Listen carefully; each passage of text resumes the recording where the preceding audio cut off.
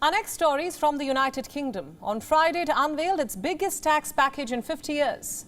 A series of historic tax cuts aimed at boosting the UK economy and deflecting a possible recession. It is being called the mini budget.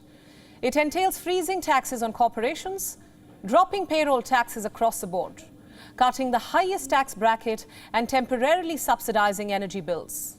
Reports say this is the biggest tax-cutting plan since 1972. It stems from the theory of trickle-down economics. For the unversed, this theory basically entails showering money at consumers in order to make them spend more and essentially, by that logic, fuel economic growth. And this is what the UK's plan is essentially about. But 4 days since it was passed, the plan has already run into a lot of trouble. We've been reporting on it for a while now. Investors aren't too confident about this plan. Neither are British lawmakers, nor the country's citizens, not even the British media. They're all trashing the plan as unwarranted, immoral and damaging. The impact is already evident. Markets are raising alarm and the pound is plunging. Earlier this week, the pound's value dropped below $1 for the first time since 1985. And as if these developments weren't enough, now the IMF too has issued a warning.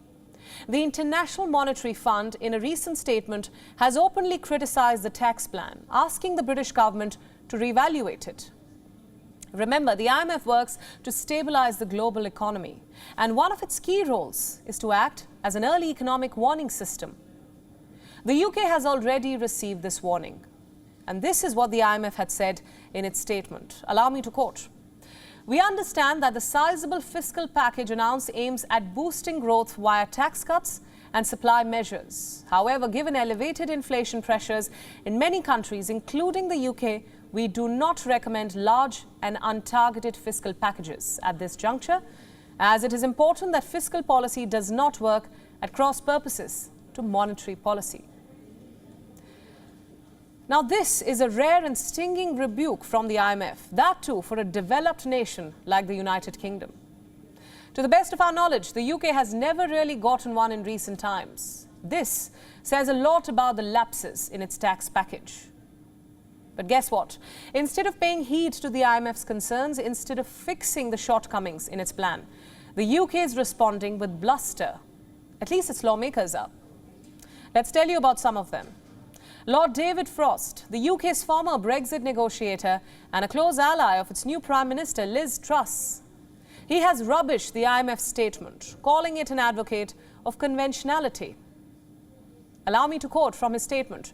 "The IMF has consistently advocated highly conventional economic policies.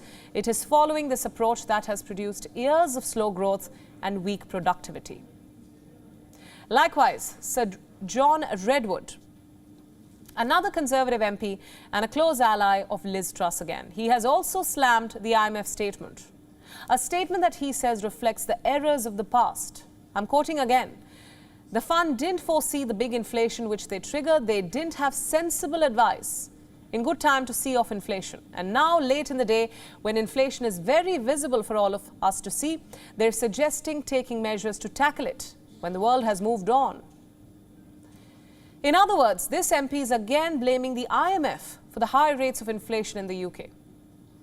So how should one understand or perceive this crisis? Is there any merit in the remarks being made by these lawmakers? Or is this simply a desperate attempt at damage control? One can't say for sure. But it's surprising to see a country like the UK being reprimanded by the IMF and then slamming the same body for sharing its opinion, its advice. And we thought the so-called first world was way above these things. Clearly not.